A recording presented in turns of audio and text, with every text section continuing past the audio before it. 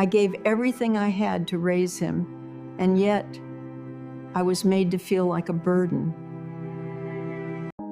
I sat there, wondering if my own son could no longer see the truth in my eyes. But deep down, I knew the truth always has a way of finding its voice. I still remember the day she whispered lies into his ears, lies that cut deeper than any wound. It's in these quiet moments, isn't it, that we truly see. It was a time of great change, but also great joy. We learned so much.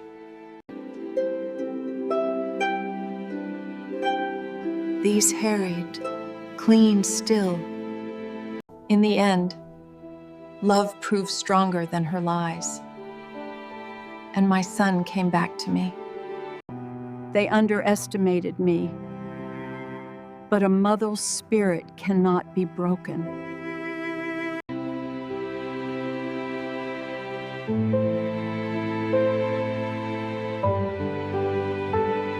My name is Dorothy Mae Richardson, and I'm 68 years old. I live here in Richmond, Virginia, where I raised my son Marcus as a single mother after his father walked out when Marcus was just 3 years old. For 65 years, I thought I knew what betrayal felt like. I was wrong, because nothing, and I mean nothing, prepared me for what my daughter-in-law Vanessa would try to do to destroy the bond between me and my only child. But here's the thing about trying to manipulate a woman who survived poverty, racism, and raising a black man in America all by herself. You better make sure you win, because when you fail, the consequences are more devastating than you could ever imagine. Let me tell you how a woman who thought she was clever enough to turn my son against me ended up losing everything she thought she'd won. And trust me, by the time I'm done telling you this story, you'll understand why some battles should never be started. I need to take you back to the beginning because you can't understand the magnitude of what Vanessa tried to do without knowing what Marcus and I had been through together. When his daddy left us, I was 22 years old with a baby, no college education, and exactly $47 in my checking account. I worked 3 jobs to keep us afloat. I cleaned offices at night, worked at a diner during the day, and did ironing for neighbors on weekends. Marcus never went without. He might not have had the newest clothes or the fanciest toys, but he had something more valuable, a mother who would move heaven and earth to make sure he had every opportunity to succeed. I helped him with homework every night, even when I was dead tired. I walked him to school every morning and picked him up every afternoon until he was old enough to get there safely on his own. When other kids had fathers at their baseball games, Marcus had me cheering louder than anyone else in those stands. We weren't just mother and son, we were a team. When he got his first job at 16, he insisted on giving me half his paycheck to help with bills. When I finally saved enough to buy my first car, a beat-up Honda with 200,000 miles on it, Marcus spent his whole weekend fixing it up so it would be safe for me to drive. We celebrated every victory together and weathered every storm side by side. Marcus grew up to be everything I prayed he would be. He graduated high school with honors, earned a full scholarship to Virginia Tech, and became an electrical engineer. By the time he was 28, he was making more money than I'd ever dreamed possible. And the first thing he did was buy me a house. Not just any house, a beautiful 3-bedroom home in a safe neighborhood, with a garden where I could grow my vegetables and a front porch where I could sit and watch the world go by. "Mama," he said the day he handed me the keys, "you gave me everything. Now it's my turn to give back to you." That's the kind of man I raised. That's the relationship Vanessa tried to destroy. Marcus met Vanessa at his company's Christmas party 3 years ago. She was 26, beautiful, and working as a marketing coordinator for a firm downtown. She had long, straight hair that she was always flipping over her shoulder, perfectly done nails, and the kind of figure that made men turn their heads when she walked by. She was also smart. I'll give her that. She had a college degree and spoke well, carried herself with confidence. When Marcus brought her home to meet me for the first time, I tried to be welcoming. I cooked his favorite meal, fried chicken, mac and cheese, collard greens, and cornbread. I set the table with my good china and made sure everything was perfect. I wanted to make a good impression because I could see that Marcus was smitten. But from the moment Vanessa walked into my house, I could feel something was off. She looked around like she was cataloging everything, judging every piece of furniture, every decoration, every family photo on the walls. When I hugged her hello, she went stiff as a board, like physical affection was something distasteful to her. During dinner, she barely touched her food. When I asked if something was wrong, she smiled that perfect smile and said, "Oh no, Mrs. Richardson, everything is delicious. I'm just watching my figure." But I caught her looking at the food like it was foreign to her, like she'd never seen a home-cooked meal before. She asked a lot of questions about Marcus's childhood, about how we lived, about the neighborhood where he grew up. At first, I thought she was just trying to get to know us better. But looking back, I realized she was gathering intelligence. She was learning our history so she could use it against us later. After they left that night, Marcus called me like he always did. "So what did you think of her, Mama?" I paused. I didn't want to be the overbearing mother who criticized his girlfriend, but something in my spirit was unsettled. "She seems nice, baby. If you're happy, I'm happy. I really think she might be the one, Mama. I've never felt this way about anyone before." And I could hear it in his voice. He was already in love with her. So I kept my concerns to myself and prayed that I was wrong about the feelings I was having. For the first year of their relationship, Vanessa was the picture of perfection. She came to family gatherings, complimented my cooking, bought me thoughtful gifts for my birthday and Christmas. She seemed to adore Marcus, hanging on his every word, always touching him, always talking about their future together. Marcus was happier than I'd ever seen him. But I noticed things, small things at first. The way she'd steer conversations away from topics about our family's past.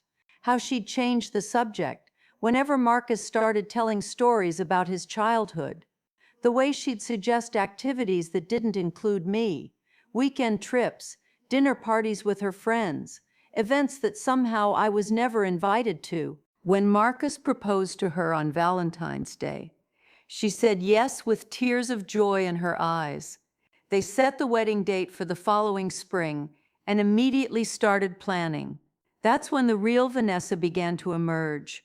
The first sign of trouble came during wedding planning. Vanessa had very specific ideas about everything: the venue, the flowers, the music, the guest list.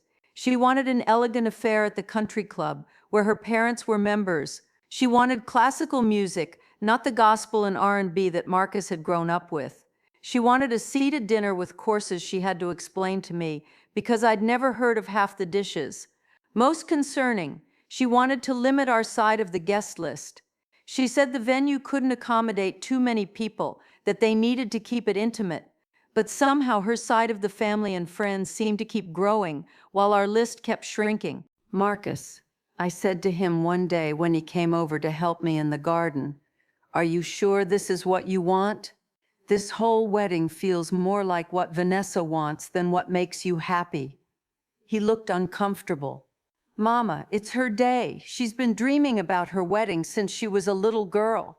I just want her to be happy." "What about you being happy?" "I am happy. As long as she's happy, I'm happy." That should have been my first red flag that something was changing in my son. The wedding was beautiful, I'll admit that.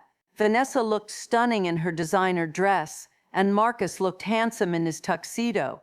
But sitting in that country club, surrounded by her family and friends, watching my son get married in a ceremony that felt nothing like the family I'd raised him in, I felt like I was losing him. During the reception, I barely saw Marcus. He was always by Vanessa's side, being introduced to her friends, posing for photos with her family. When it came time for the mother-son dance, Vanessa had chosen a song I'd never heard before, some contemporary love ballad that meant nothing to either Marcus or me. As we danced, I whispered in his ear, "I love you, son. I'm so proud of the man you've become." He squeezed me tight and whispered back, "I love you too, Mama. Nothing's going to change between us, I promise." But everything was about to change. At first, the changes were subtle. Marcus used to call me every day, but the calls became less frequent. He used to come by the house every weekend. But suddenly he was busy with plans that Vanessa had made for them. When I asked if I could join them for dinner or a movie, there was always a reason why it wouldn't work out. Vanessa has book club that night. We're having dinner with her colleagues. It's couples only. I tried to be understanding. I knew newlyweds needed their space, needed time to build their own life together. But I also knew my son, and this wasn't like him to suddenly become too busy for his mother. Then I started noticing changes in Marcus himself. He seemed more formal when he talked to me, more distant. He stopped telling me about his work, stopped sharing the little details of his life that we'd always talked about. When I asked how he was doing, his answers became generic. "Fine, Mama. Everything's fine." But the most painful change was in his visits. When he did come by, which was becoming more and more rare, he seemed uncomfortable in my house. He'd sit on the edge of the couch like he was in a hurry to leave. He'd decline my offers of food, saying he and Vanessa had eaten already or had plans to go out. He stopped helping me with projects around the house, stopped fixing things that broke, stopped being the attentive son he'd always been. One Sunday after church, I decided to address it directly. "Marcus, have I done something to upset you? You seem so different lately." He looked surprised. "No, Mama, of course not. I'm just busy with work and getting used to being married. It's an adjustment." "I understand that, baby, but I miss you. I miss talking to you, spending time with you. It feels like you're pulling away from me." "Mama, you're being dramatic. I'm not pulling away. I'm just living my life." The word dramatic hit me like a slap. Marcus had never spoken to me that way before. He'd never dismissed my feelings or made me feel like I was being unreasonable. I knew then that something was seriously wrong. That's when I started paying closer attention to Vanessa's behavior. What I discovered made my blood run cold. I began to notice how she'd subtly insert herself into every conversation between Marcus and me. If he was telling me about something that happened at work, she'd interrupt with her own story or change the subject entirely. If I asked him a direct question, she'd often answer for him. If he started to show interest in something I was saying, she'd suddenly need his attention for something else. But the most insidious thing she did was reframe our family history. During conversations, she'd make comments like, "Oh, that must have been so hard for you, Marcus, having to grow up so fast because your mom was working so much." Or, "It's amazing how well you turned out considering you didn't have a father figure." Or, "You're so generous with your money, but you know you don't have to keep taking care of everyone from your past." She was taking the story of our struggle and survival, the story of how we built something beautiful together despite the odds, and twisting it into something shameful. She was making him see our poverty as something to be embarrassed about, my single motherhood as a failure, and our close relationship as unhealthy dependence. The breaking point came during Marcus's 30th birthday. I'd been planning a small celebration for weeks, just family and a few close friends, the kind of intimate gathering we'd always had for special occasions. I was going to make all his favorite foods and invite the people who'd watched him grow up and were proud of the man he'd become. 2 days before the party, Marcus called to cancel. "Mama, I'm sorry, but we're not going to be able to make it to the birthday dinner." "What do you mean? It's your birthday party." "Vanessa planned a surprise dinner for me at this new restaurant downtown, just the two of us and some of her friends. She put a lot of work into it, and I can't disappoint her. But Marcus, I already bought all the food. I invited Mrs. Johnson from next door, and your cousin Deshawn is driving down from D.C. I'm sorry, Mama. Maybe we can do something the next weekend." I sat in my kitchen after that phone call, surrounded by groceries I bought for a party that wasn't going to happen. and I finally understood what Vanessa was doing. She wasn't just trying to become the most important woman in Marcus's life. She was trying to become the only woman in his life. She was systematically erasing me from his world, and worse, she was convincing him that it was his idea. That night, I called my sister Paulette, who lives in Atlanta. Paulette has always been my voice of reason, the one who could see situations clearly when I was too emotional to think straight. "Paulette," I said, "I think I'm losing my son." I told her everything, the changes in Marcus, Vanessa's behavior, the way I felt like I was being pushed out of his life. When I finished, Paulette was quiet for a long moment. "Dorothy, that girl is playing a game, and she's winning. She's isolating him from you so she can have complete control over him. It's a classic manipulation tactic.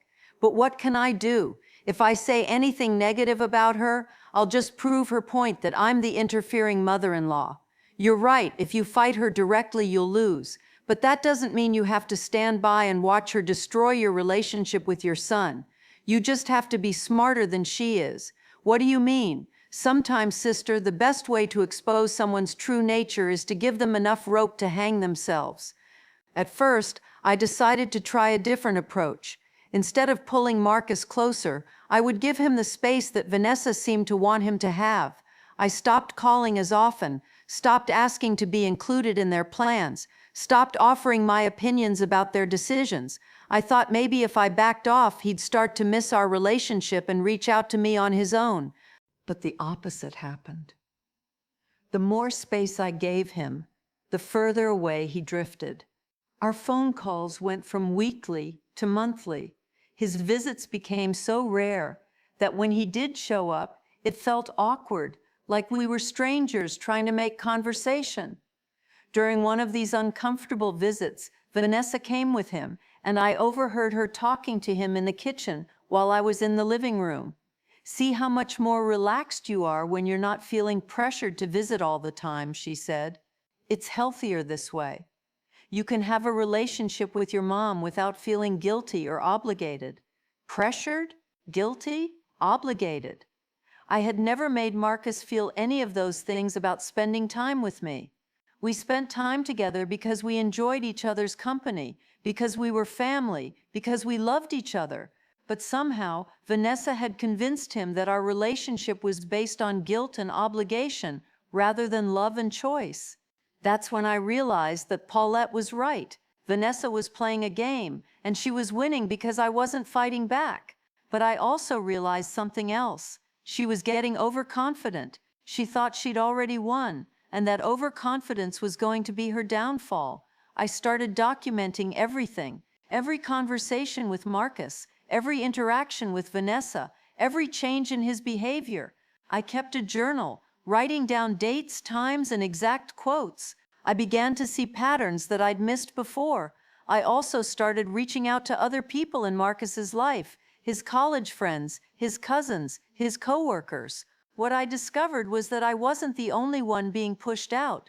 Vanessa was systematically isolating Marcus from everyone who had been important to him before she came along. His best friend from college, Jerome, told me that Marcus had stopped returning his calls months ago. His cousin Deshawn said that Marcus had been too busy to attend the last 3 family gatherings. Even his coworkers mentioned that he'd become more distant, declining invitations to after-work social events that he used to enjoy. But the most telling conversation was with Mrs. Patterson, Marcus's favorite teacher from high school. She'd stayed in touch with him over the years and had always been proud of his success.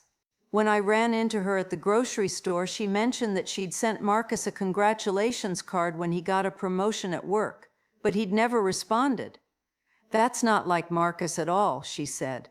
"He always used to write me a thank you note whenever I sent him something. I hope he's doing okay."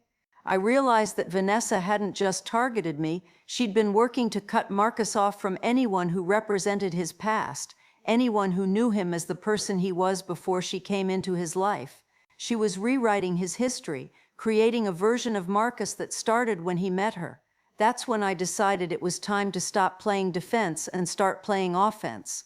The opportunity came when Marcus called to tell me that he and Vanessa were buying a new house, a bigger house in an expensive neighborhood across town, farther away from me and the community where he'd grown up. "That's wonderful, baby," I said. "I'm so proud of how successful you've become." "Thanks, Mama. Vanessa found this beautiful place with a gourmet kitchen and a 3-car garage. It's in West Haven Estates." West Haven Estates was where the doctors and lawyers lived. It was beautiful, but it was also isolated, the kind of place where neighbors didn't know each other, and community was something you had to drive to find. "When do you move?" "Next month." Vanessa is so excited about decorating and hosting dinner parties. She says it's time we started entertaining properly. Entertaining properly, as if the way we'd always celebrated and gathered together wasn't proper enough. "I'd love to see the house," I said. There was a pause. "Well, we're going to be pretty busy with the move and getting settled. Maybe once we're all moved in and decorated," but I knew what that meant. Maybe never. That night, I called Paulette again. "She's moving him away from me," I told her, "physically and emotionally, and he's letting her do it." "Then it's time to make your move," Paulette said, "but you have to be strategic about it. You can't look like the bitter mother-in-law trying to break up their marriage. You have to find a way to show Marcus who Vanessa really is without him realizing that's what you're doing." "How do I do that?" "You use her own weapons against her. She's been manipulating situations to make you look bad and her look good. It's time to flip that script." The plan that Paulette and I developed was simple, but required perfect timing and execution. We were going to create a situation where Vanessa's true nature would be revealed in a way that Marcus couldn't ignore or rationalize away. The first step was to start being more supportive of their relationship publicly. Whenever someone asked me about Marcus and Vanessa, I gushed about how happy they seemed together, how perfect Vanessa was for him, how lucky I was to have such a wonderful daughter-in-law. Word got back to them, as I knew it would, and suddenly Vanessa seemed confused by my change in attitude. The second step was to start including Vanessa in family traditions that she'd previously avoided. When Marcus's birthday came around again, instead of planning a separate celebration, I called and asked if I could take them both out to dinner to celebrate. I suggested a restaurant I knew Vanessa would approve of and insisted on paying for everything. During dinner, I made sure to ask Vanessa lots of questions about herself, her work, her family. I complimented her outfit, her hair, her achievements. I watched Marcus's face light up as he saw his wife and his mother seemingly getting along so well. "You know," I said as we were finishing dessert, "I've been thinking about how to welcome Vanessa properly into our family. I know I've been a bit set in my old ways, but I want to do better." Vanessa looked suspicious, but Marcus was beaming. "What did you have in mind, Mama?" he asked. "Well, I was thinking I could throw a housewarming party for you two. Invite all the family and some of your friends. Show everyone your beautiful new home and celebrate this new chapter in your lives." I watched Vanessa's face carefully. She couldn't object without looking ungracious, especially with Marcus sitting right there looking so pleased with the idea. But I could see the wheels turning in her head, trying to figure out how to control the situation. "That's so thoughtful of you, Mrs. Richardson," she said finally, "but we wouldn't want you to go to all that trouble." "It's no trouble at all, I insist. It would make me so happy to do this for you." Marcus reached across the table and squeezed my hand. "Mama, that would be amazing, wouldn't it, Vanessa?" Trapped by her own need to appear gracious, Vanessa smiled tightly. "Of course, that would be lovely." But I wasn't done yet. "And Vanessa, since you have such wonderful taste, and this is your house, I was hoping you could help me plan everything. The menu, the decorations, the guest list. I want it to be perfect, and I know you'll know exactly what would work best in your new space." Now, she really was trapped. If she said no, she'd look like she was rejecting my olive branch. If she said yes, she'd have to work with me, and I'd have the opportunity to observe her up close and document her behavior. "I'd be happy to help," she said. but her smile looked like it was causing her physical pain. Over the next 2 weeks, Vanessa and I planned the housewarming party together. I insisted we meet at her house so I could get a feel for the space and see how she wanted things arranged. What I really wanted was to see her in her element, to observe how she behaved when she felt like she was in control. What I discovered was even worse than I'd imagined. Vanessa's new house was beautiful, but it felt cold and impersonal. There wasn't a single photograph of Marcus from before they met, no pictures from his graduation, no family photos, nothing that connected him to his past or his family. It was as if his life had started the day he met her. When I asked about family photos, she said they were still deciding where to display them. But I noticed there were plenty of photos of her family prominently displayed throughout the house. During our planning sessions, Vanessa's true personality emerged. She was controlling about every detail, dismissive of my suggestions, and openly critical of our family's traditions and preferences. Mrs. Richardson, "I don't think mac and cheese really fits with the aesthetic we're going for," she said when I suggested including some of Marcus's favorite dishes. "What aesthetic is that?" I asked innocently. "Sophisticated, elevated. This isn't a backyard barbecue, it's a dinner party for professional people." Professional people. As if the family and friends who had supported Marcus throughout his life weren't good enough for her new house. But the most revealing moment came when we were discussing the guest list. I'd written down the names of family members and family friends who had been part of Marcus's life for years. Vanessa went through the list with a pen, crossing out names. "Who is Deshawn?" she asked. "That's Marcus's cousin. They grew up together." "Does he have a college degree?"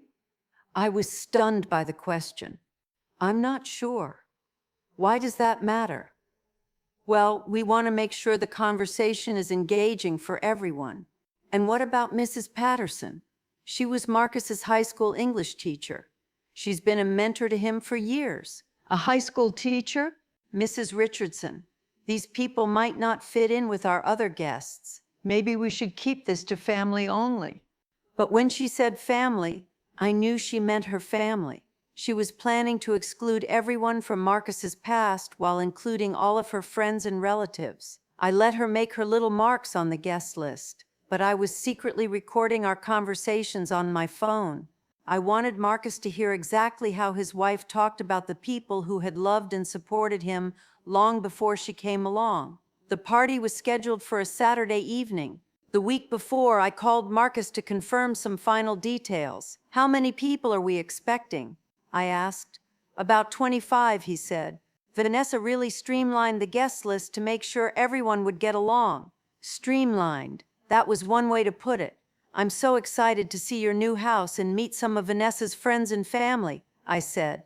"This is going to be such a nice way for everyone to get to know each other better." But that wasn't what I was planning at all. The night before the party, I called every single person who had been crossed off Vanessa's list. I told them there had been a miscommunication about the guest list, that Marcus really wanted them there, and that they should come as a surprise. "But don't tell Marcus I called," I said to each of them. "I want it to be a surprise for him too." I also called Paulette and asked her to drive up from Atlanta for the party. "Are you sure about this plan?" she asked. "I'm positive. It's time for Marcus to see who his wife really is." The day of the party, I arrived early to help set up.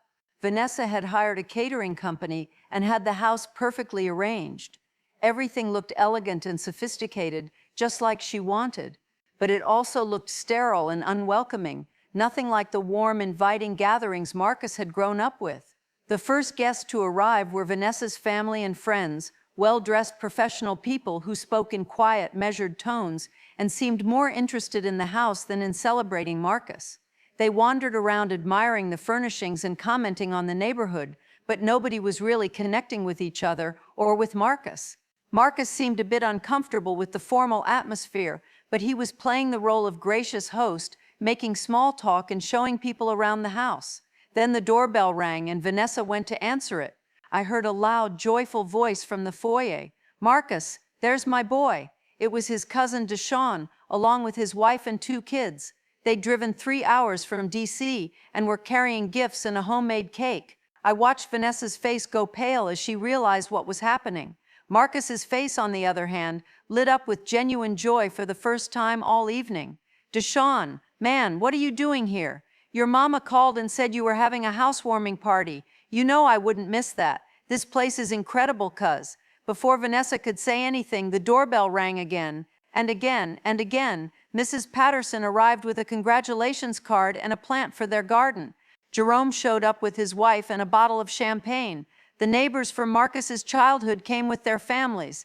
Within 30 minutes, the sterile, sophisticated dinner party had been transformed into the kind of warm, lively gathering that Marcus had grown up with. The house filled with laughter, genuine conversation, and the sound of children playing. I watched Vanessa frantically trying to control the situation. She kept pulling Marcus aside, whispering urgently in his ear. I could see her getting more and more agitated as her perfectly planned evening spiraled out of her control. But Marcus was happier than I'd seen him in months. He was laughing with Deshawn about childhood memories, catching up with Mrs. Patterson about her retirement, playing with the kids who were running around the backyard. For the first time since his wedding, he looked like himself again.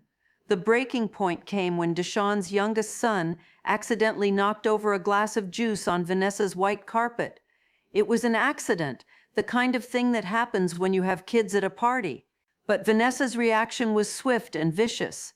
"Get that child away from my furniture," she snapped at Deshawn's wife. "I can't believe you brought children to a dinner party without asking first." The entire room went quiet. Everyone turned to look at Vanessa, who was standing there with her face twisted in anger, all pretense of politeness gone. Marcus looked mortified. "Vanessa, it's okay. It's just a little juice." "It's not okay, Marcus. This is our house, and these people are treating it like a playground. I worked hard to make this evening special, and it's being ruined by people who don't know how to behave appropriately." That's when Mrs. Patterson, this sweet 70-year-old woman who had never said an unkind word about anyone, stood up. "Young lady, I've been coming to parties at this boy's celebration since he was in high school, and I have never seen such rudeness from a hostess. These people love Marcus and came here to celebrate his success. If you can't appreciate that, then you don't deserve to be part of this family." The room was dead silent. Everyone was staring at Vanessa, waiting to see what she would do next. And what she did was exactly what I'd been hoping she would do. She showed everyone who she really was. "You know what?" Vanessa said, her voice shaking with rage. "I don't have to put up with this. This is my house, and if you people can't show proper respect, then you can all leave, right now." She pointed toward the door like she was dismissing servants. The mask had completely slipped off, and everyone in that room could see the real Vanessa, the woman who looked down on Marcus's family and friends, who thought they weren't good enough to be in her presence. Deshawn stepped forward, his own anger rising. "Lady, I don't know who you think you are, but you need to check yourself. We came here to celebrate my cousin, not to be insulted by someone who thinks she's better than everybody else." "I am better than you people," Vanessa snapped back.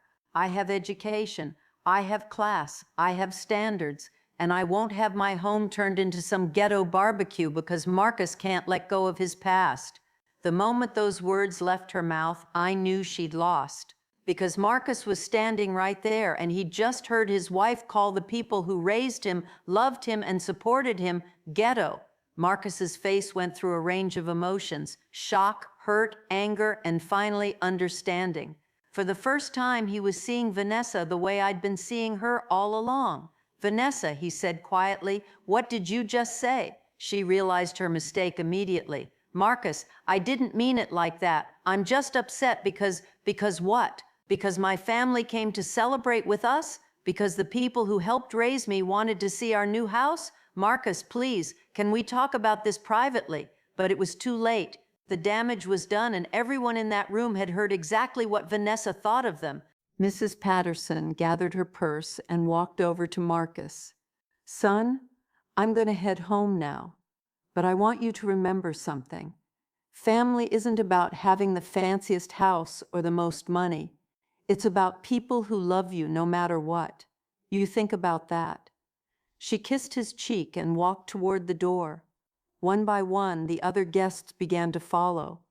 Not in anger, but in dignity. They weren't going to stay where they weren't wanted, but they were making their own choice to leave. Deshaun was the last to go. He walked up to Marcus and put his hand on his shoulder. "'Cause you know I love you, but you need to figure out who you want to be. Because the Marcus I grew up with would never let anyone talk about his family like that." After everyone left, the house felt eerily quiet. It was just me, Marcus, and Vanessa standing in her perfectly decorated living room, surrounded by the remnants of her ruined party.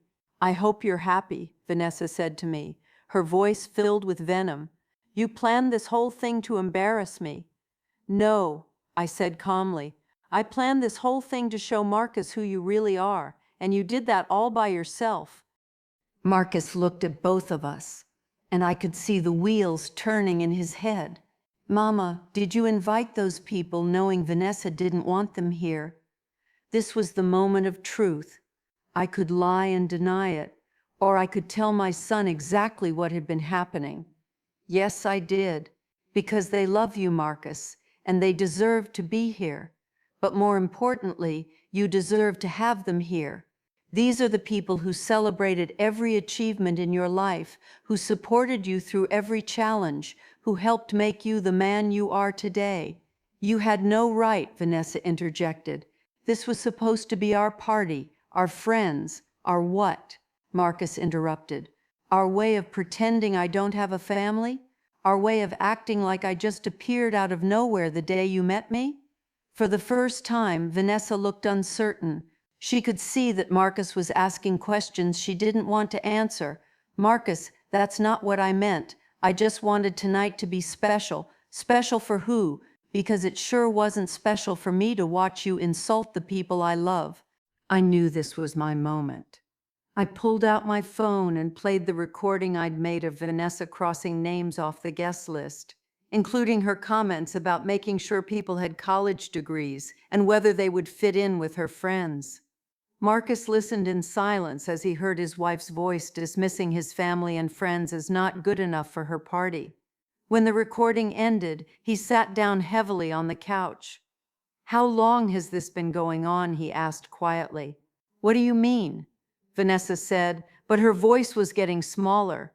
"How long have you been working to separate me from my family? How long have you been making decisions about who I can and can't see, what traditions I can and can't participate in, what parts of my past I'm allowed to acknowledge?" I watched as 3 years of manipulation finally became clear to my son. He was remembering all the times Vanessa had steered him away from family gatherings, all the times she'd made him feel guilty for wanting to spend time with me, all the ways she'd gradually isolated him from everyone who had been important to him before she came along. "Marcus, I love you," Vanessa said desperately. "Everything I did was because I love you and want what's best for you. What's best for me, according to who? You decided that my family wasn't good enough, that my friends weren't sophisticated enough, that my past was something to be ashamed of. You made those decisions without ever asking me what I wanted. I was trying to help you move forward, to build a better life. Better than what? Better than the life I had with people who loved me unconditionally? Better than the family that supported me through everything? Better than the mother who sacrificed everything to give me opportunities?" Vanessa was crying now, but they weren't the tears of someone who was sorry for what she'd done. They were the tears of someone who was sorry she'd been caught. "Marcus, please, we can work through this. We can invite your family to more things. I'll try to be more welcoming." "Try to be more welcoming?" "Vanessa, you told my cousin's wife that she didn't know how to behave appropriately. You called Mrs. Patterson rude for standing up for our family. You told everyone they could leave your house because they weren't good enough to be here." Marcus stood up and walked over to where I was standing. For a moment, I thought he might be angry with me too for orchestrating the evening's revelations. Instead, he hugged me tight and whispered in my ear, "I'm sorry, Mama. I'm so sorry I let her come between us."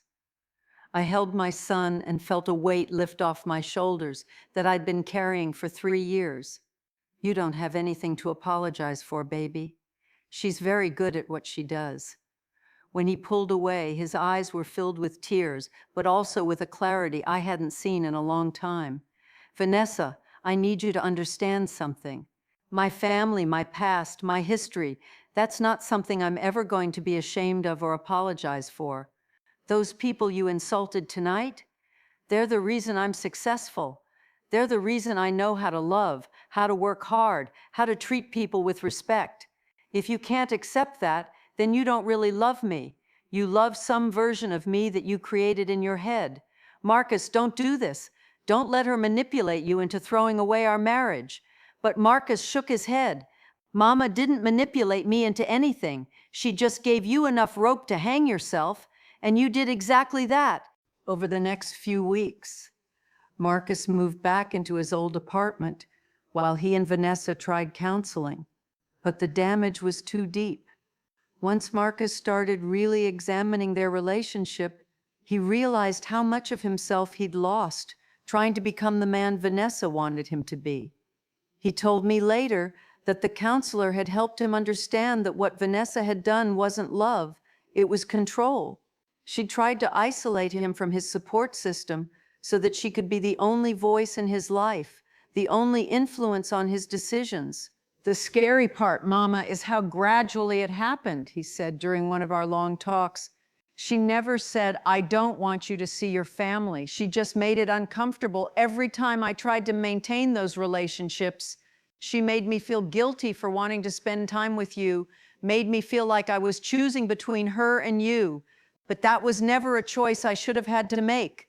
The divorce was finalized 6 months later. Vanessa fought for alimony and half of everything, but the recordings I'd made and the pattern of manipulation that came to light during the proceedings worked against her. The judge was not sympathetic to someone who had tried to systematically isolate a spouse from their family. Marcus sold the house in West Haven Estates and bought a smaller place closer to me. He reached out to all the friends and family members he'd lost touch with over the years and began rebuilding those relationships.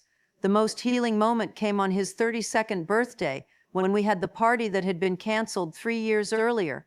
Mrs. Johnson from next door was there. Deshawn drove down from D.C. Mrs. Patterson brought one of her famous pound cakes, and Jerome told embarrassing stories from college. It was loud, chaotic, warm, and full of love. Everything that Vanessa's sophisticated dinner parties had never been. "You know what I learned from all this?" Marcus asked me as we were cleaning up after everyone had gone home. "What's that, baby?" "I learned that you can't build a future by erasing your past. And I learned that anyone who wants you to choose between them and your family is someone you shouldn't choose." 2 years later, Marcus met Sarah, a teacher who worked at an inner-city school and understood exactly where he came from. The first time he brought her home, she spent an hour in my garden asking questions about my vegetables and helping me weed the flower beds. She ate 3 helpings of my mac and cheese and asked for the recipe. When Deshawn told embarrassing stories about Marcus as a kid, she laughed until she cried and asked to see photo albums. At their wedding, she insisted on having both gospel music and the traditional songs her family loved. She included all of Marcus's friends and family in the planning, and the celebration felt like the merging of 2 families rather than the erasure of one. During the mother-son dance, Sarah had chosen a song that Marcus and I had always loved, an old Stevie Wonder song that used to play on the radio when he was little, and we'd dance around the kitchen while I cooked dinner. As we swayed to the music, Marcus whispered in my ear, "Thank you for not giving up on me, Mama. I would never give up on you, son. That's what real love does. It fights for what matters." Today, at 68 years old, I have the relationship with my son that I was afraid I'd lost forever. We talk every day, he visits every weekend, and my house is once again filled with the sound of family gatherings and laughter. Vanessa's plan to turn my son against me didn't just fail. It backfired in ways she never could have imagined. By trying to erase his past, she made him appreciate it more. By trying to isolate him from his family, she made him realize how precious those relationships were. By trying to change who he was, she made him understand that who he was had always been enough. Sometimes the best way to fight manipulation is to let the manipulator reveal themselves. Sometimes the strongest thing you can do is refuse to sink to someone else's level and trust that the truth will eventually come to light. And sometimes when someone tries to destroy the bond between a mother and her child, the best revenge is watching that bond become stronger than it ever was before. Vanessa thought she was smart enough to turn my son against me. What she didn't understand is that real love, the kind built over years of sacrifice, support, and shared experiences, can't be destroyed by manipulation and lies. It can be tested, it can be strained, but it will always find a way back to the surface. She tried to rewrite our history, but she forgot that some stories are too powerful to be erased. The story of a single mother who worked 3 jobs to give her son opportunities. The story of a boy who grew up to be a man who never forgot where he came from. The story of a family that survived poverty, racism, and abandonment by holding tight to each other. That's the story that won in the end. That's the story that will always win because it's built on something that can't be manufactured or manipulated, genuine love. So to anyone out there dealing with someone trying to poison their family relationships, remember this: manipulation only works in darkness. Bring it into the light, and it loses all its power.